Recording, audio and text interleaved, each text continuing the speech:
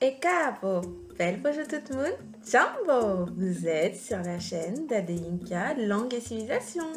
Alors je suis très contente de vous retrouver aujourd'hui pour une nouvelle vidéo.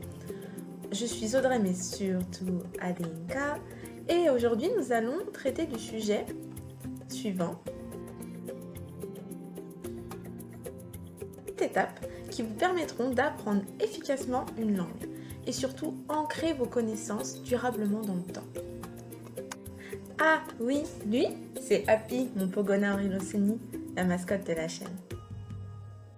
Je partage avec vous les méthodes qui ont fonctionné pour moi, mais sachez que nous sommes tous différents, donc n'hésitez pas à adapter ces étapes, ces astuces selon votre profil. Et aussi, vous pouvez mettre en commentaire les astuces qui ont fonctionné pour vous. Étape numéro 1, définir un pourquoi solide. Ça va être la base des bases. Vous ne pouvez pas commencer à apprendre une langue avec une motivation qui va être faible et qui va s'effriter dans le temps. Cherchez un pourquoi solide. Par exemple, apprendre une langue parce qu'on doit aller habiter dans le pays. Apprendre une langue parce qu'on l'adore, c'est la langue de nos origines et on veut pouvoir communiquer avec les personnes de notre peuple. Ou aussi apprendre une langue car nous vivons avec une personne qui parle cette langue. Voilà. Mais apprendre une langue parce qu'on vous a dit apprends telle langue parce qu'elle est facile à apprendre, apprends telle langue parce que tu vas avoir de l'argent plus tard avec, ou apprends telle langue parce que un tel l'a apprise et que voilà. Ça, ce n'est pas bon. Il faut vraiment une motivation solide. Ça va être important pour la suite. Parce que les jours où vous aurez un coup de mou, que vous aurez envie de tout laisser tomber, vous allez vous souvenir de votre pourquoi et ça va vous aider. Deuxième étape, analyser la langue avant de commencer. Comme lorsque l'on veut déménager, nous faisons le tour du propriétaire, nous visitons des appartements. Pour une langue, c'est pareil. Avant de s'investir dans une langue, nous allons regarder comment la langue fonctionne. Regarder ses spécificités, ses avantages, ses inconvénients, ses facilités, ses difficultés. Voilà. Et il faut avant tout se connaître. Savoir si vous êtes prêt à apprendre beaucoup de conjugaisons compliquées, savoir si vous êtes prêt à apprendre une langue tonale, savoir si vous êtes plus sensible à une langue où il n'y a pas beaucoup de conjugaisons, mais par exemple beaucoup de vocabulaire spécifique. Voilà, posez-vous les bonnes questions. Qu'est-ce que vous voulez dans la langue que vous voulez apprendre? Qu'est-ce qui va peut-être vous freiner? Quels sont vos points forts? Quel type de langue vous avez le plus de facilité à apprendre? Par exemple, pour mon apprentissage du Swahili, je trouve que c'est beaucoup plus facile qu'une autre langue africaine parce que depuis petite, j'ai fait l'apprentissage du japonais qui est aussi une langue agglutinante. Ces deux langues sont des langues agglutinantes. Donc en fait, le mode de pensée, le système de fonctionnement de la langue, c'est quelque chose qui m'est familier. Donc du coup, j'apprends la langue plus facilement. Et regardez aussi comment la langue fonctionne. Dans quel sens elle s'articule, si le verbe est toujours à la fin, où sont positionnés le sujet, le verbe, l'objet. Vous retenez ça et à chaque fois que vous allez parler, il faut que ça devienne un réflexe, que vous connaissiez l'ordre des mots. Étape numéro 3, choisir un support, une méthode adaptée avec des outils. Encore une fois, il est question de se connaître. Quelle est la méthode la plus adaptée pour vous? Est-ce que vous êtes plutôt quelqu'un qui a besoin d'un accompagnement personnalisé? Dans ce cas-là, vous allez opter pour des cours particuliers. Est-ce que vous êtes plutôt quelqu'un qui préfère être dans une émulation, une cohésion de groupe, avoir une classe? Est-ce que vous préférez avoir des cours en ligne? Est-ce que vous préférez avoir un apprentissage en autodidacte? Ça dépend aussi de plusieurs facteurs, du temps que vous avez attribué à la langue. Par exemple, si vous êtes quelqu'un qui a tendance à vous démotiver facilement, qui n'êtes pas organisé, je ne vous recommanderais pas d'apprendre une langue à l'université. Par exemple, faire une licence LLCER ou une licence LEA, parce que vous risquez de vous démotiver. Et au niveau aussi de la pratique à l'oral, vous n'aurez pas beaucoup de possibilités pour développer votre oral, il faudra faire beaucoup d'efforts à côté. Et si vous êtes quelqu'un qui a besoin d'accompagnement, je vous recommanderais des cours en petits groupes ou des cours particuliers. En revanche, si vous avez une âme de linguiste et que vous aimez découvrir le fonctionnement d'une langue, tout par rapport à la langue, je vous conseillerais d'apprendre une langue à la fac. Le support est important. Il faut que le support soit attractif, compréhensible et varié en termes de vocabulaire. Il faut que le vocabulaire vous intéresse, que ce soit un support d'actualité assez récent. Et vous pouvez aussi utiliser plusieurs supports, mais ne pas trop se perdre, ne pas trop en prendre, parce que vous pouvez coupler aussi avec des applications.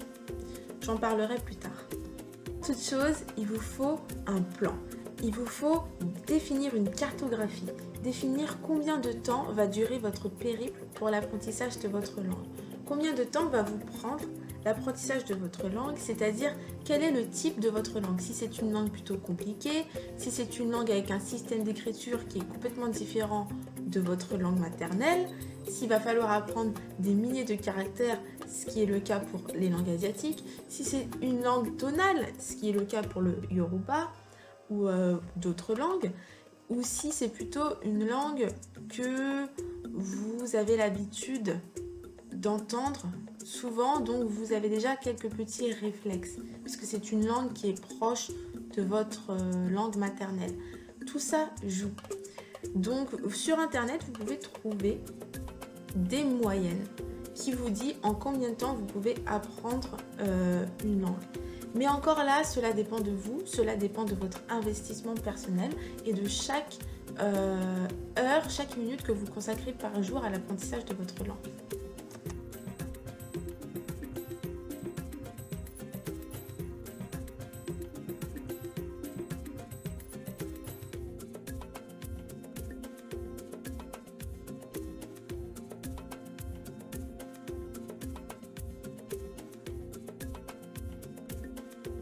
En termes d'application pour compléter, j'ai bien dit compléter, pas pour apprendre la langue, pour compléter, je vous conseillerais Duolingo, Mosalingua. Il y a l'application Cake qui est très bien pour l'anglais. Il y a l'application Enki qui est très bien pour enregistrer votre vocabulaire et l'apprendre. Donc ça c'est super. Vous avez l'application aussi Quizlet.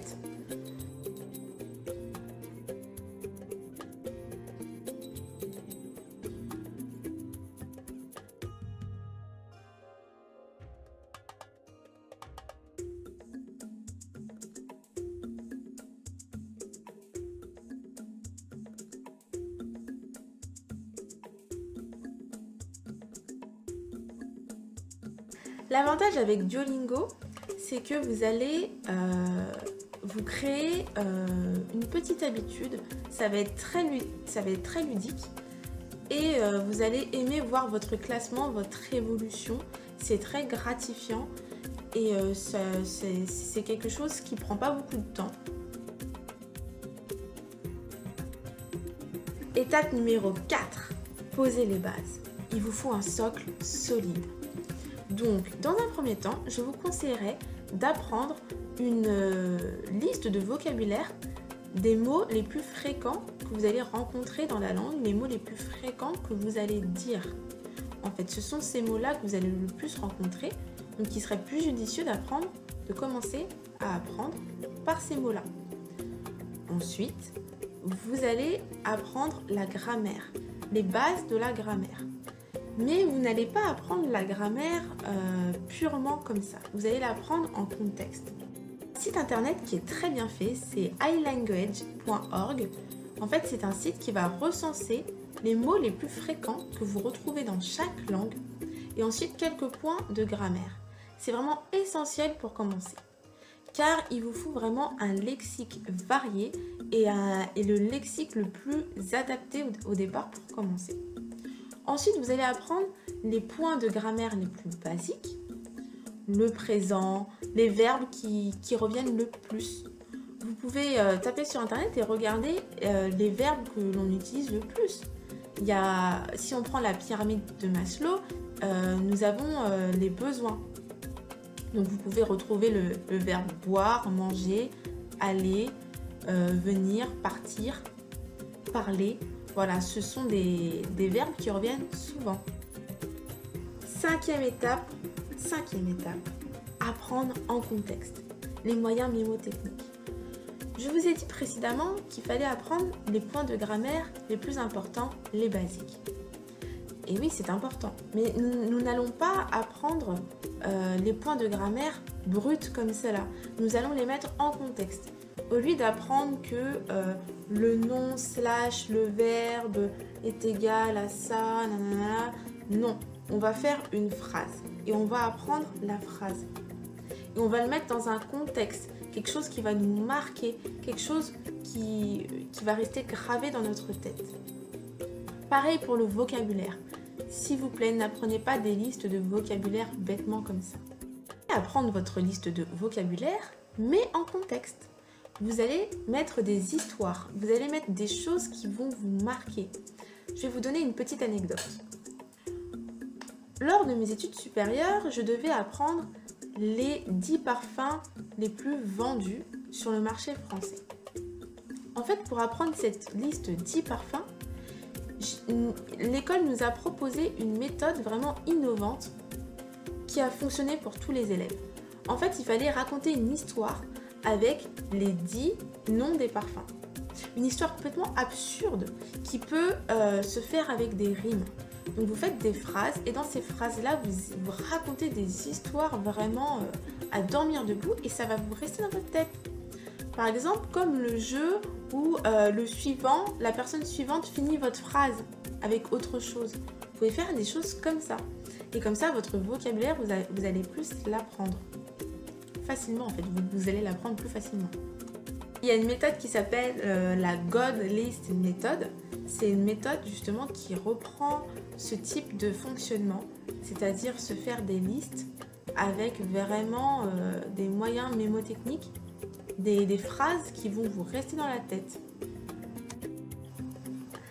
Aviez-vous déjà été surpris de voir que vous avez retenu une chanson qui date depuis des années et que vous ne saviez même pas que vous connaissiez cette chanson par cœur?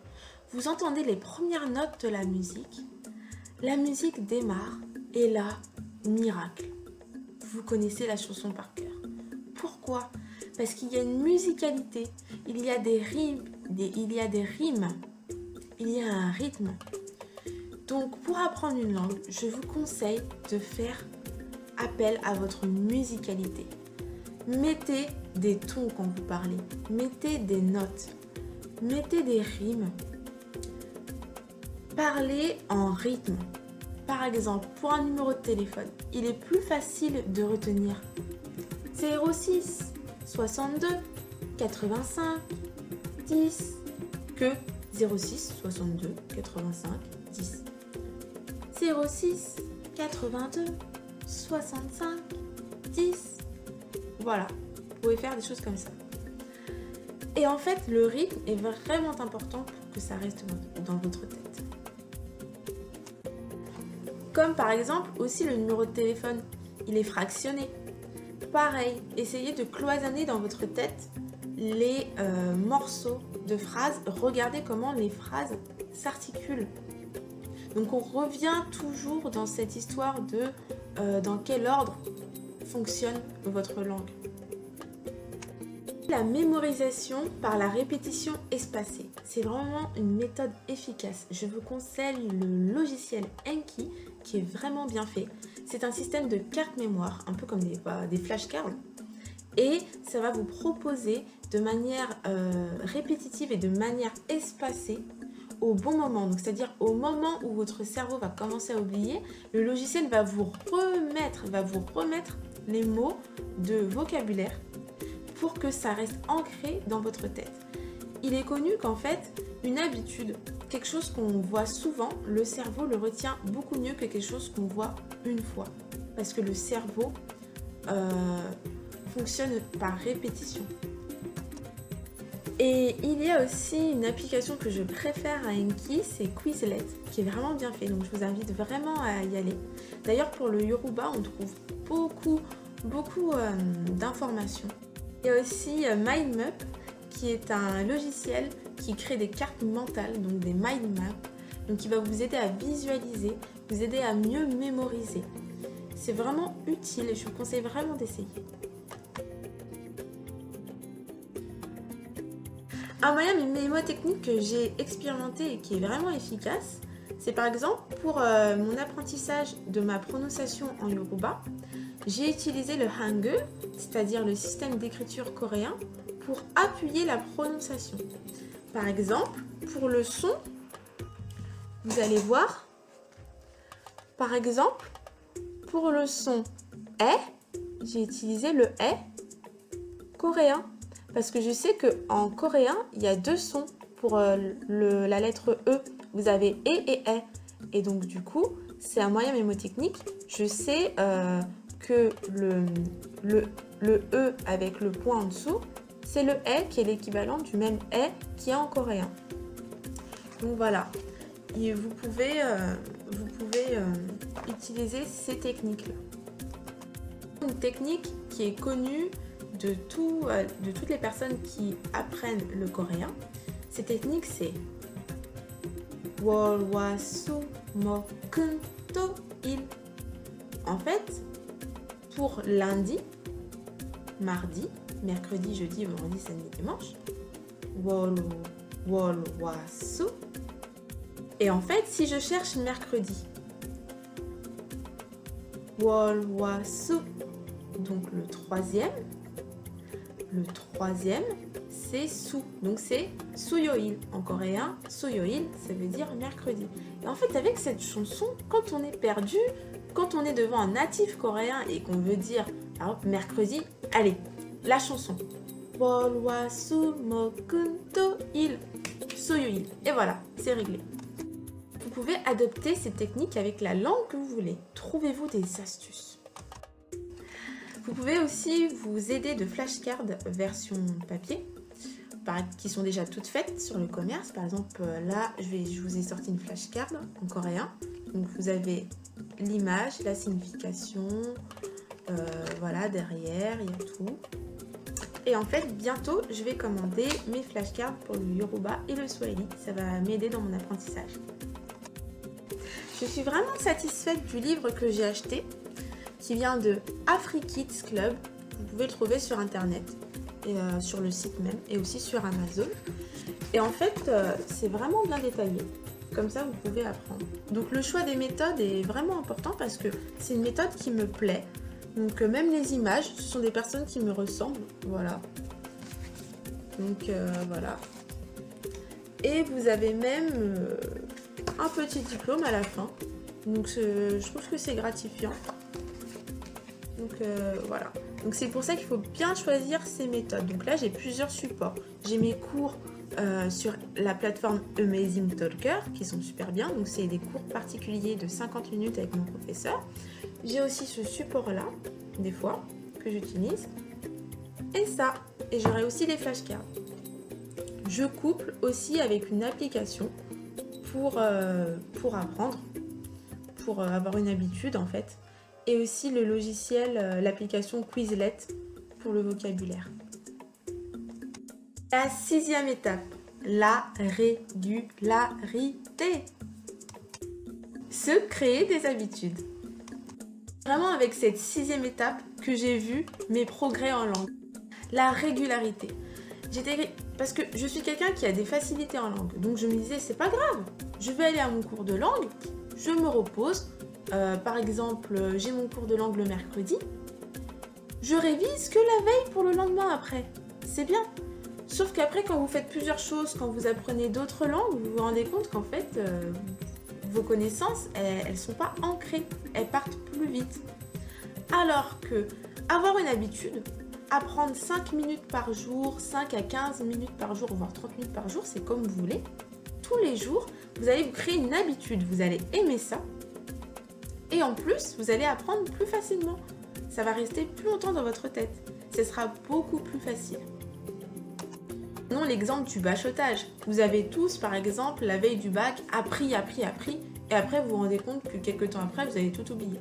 Alors que quelque chose que vous avez instauré comme une habitude, que vous voyez tout le temps dans votre quotidien, c'est comme votre langue maternelle. Quand vous avez appris votre langue maternelle, vos parents, tous les jours, ils vous parlaient dans la langue. Et du coup, c'est resté. Avoir une habitude va vous permettre, en fait, de moins sentir l'effort que vous allez faire pour apprendre la langue. Car ça va devenir un réflexe, une habitude, un peu comme vous brosser les dents ou comme prendre votre douche le matin. Ça va être quelque chose qui va vraiment être instauré dans votre vie et vous n'allez pas voir votre vie autrement. Il vous faut aussi savoir quel est le temps que vous préférez. Si vous êtes plutôt du matin, du soir, si vous avez besoin de calme, voilà. Ce sont des paramètres qu'il faut voir. 7e étape. L'immersion, la pratique. Là, il n'y a pas de secret. Il faut parler. Il faut parler, parler, parler. Vous pouvez vous parler à vous-même devant le miroir. Vous pouvez parler à des amis. Il y a des applications comme HelloTalk qui sont vraiment bien pour parler avec des natifs de la langue. Donc voilà, vous pouvez délier votre langue. Vous pouvez aussi regarder des vidéos en version originale. Là, je ne vous apprends rien. Vous pouvez lire des livres. Vous pouvez aussi imaginer des scénarios. En fait, par exemple, quand vous allez lire votre méthode de langue, il ne faut surtout pas lire dans votre tête. Lire le plus souvent à haute voix et entendre les sons. Il faut que votre oreille soit habituée à entendre les sons. Comme ça, quand vous allez entendre des mots de la langue dans des films ou autres, vous allez les reconnaître plus souvent car vous avez l'habitude de les entendre. Conseille aussi d'écouter des chansons, de faire des karaokés, de faire le plus d'activités possible avec le son. Car des fois, nous avons plus de mal à comprendre une langue, pas forcément parce que nous n'avons pas de vocabulaire, des fois parce que nous n'arrivons pas à reconnaître le son. Vous pouvez connaître un mot, mais quand un natif va vous parler, il va vous parler vite avec son accent, vous allez des fois même pas reconnaître le mot que vous avez appris. Donc c'est bien aussi de vous entraîner à reconnaître les sons. Et pour rester en musicalité, je vous conseille aussi les musiques pour enfants. Les musiques qui utilisent des astuces pour apprendre les parties du corps. Vous pouvez trouver ces musiques sur YouTube. Ne sous-estimez pas le pouvoir des comptines des enfants. Avec les comptines, vous allez apprendre plein de vocabulaire. Je vous conseille vraiment de faire comme si vous étiez un enfant. Et acheter des livres pour enfants, écouter des comptines. Et là, vous allez voir que votre apprentissage des langues va s'accélérer. Alors j'espère que cette vidéo vous a plu et qu'elle vous sera utile à l'avenir pour votre apprentissage de votre langue. Je vous invite à liker la vidéo si vous avez aimé, de partager la vidéo et de vous abonner si ce n'est pas fait. Et vous pouvez mettre un commentaire sur les astuces qui vous ont aidé, sur les astuces que vous connaissiez déjà, les astuces que vous avez appris dans cette vidéo. Vous pouvez aussi me donner vos astuces à vous qui ont marché et surtout dites-moi quelle langue vous êtes en train d'apprendre et quelle langue vous aurez aimé apprendre. Vous pouvez aussi me dire votre pourquoi et pourquoi vous êtes tous les jours à apprendre votre langue. À très vite pour de nouvelles vidéos. Ota Apo.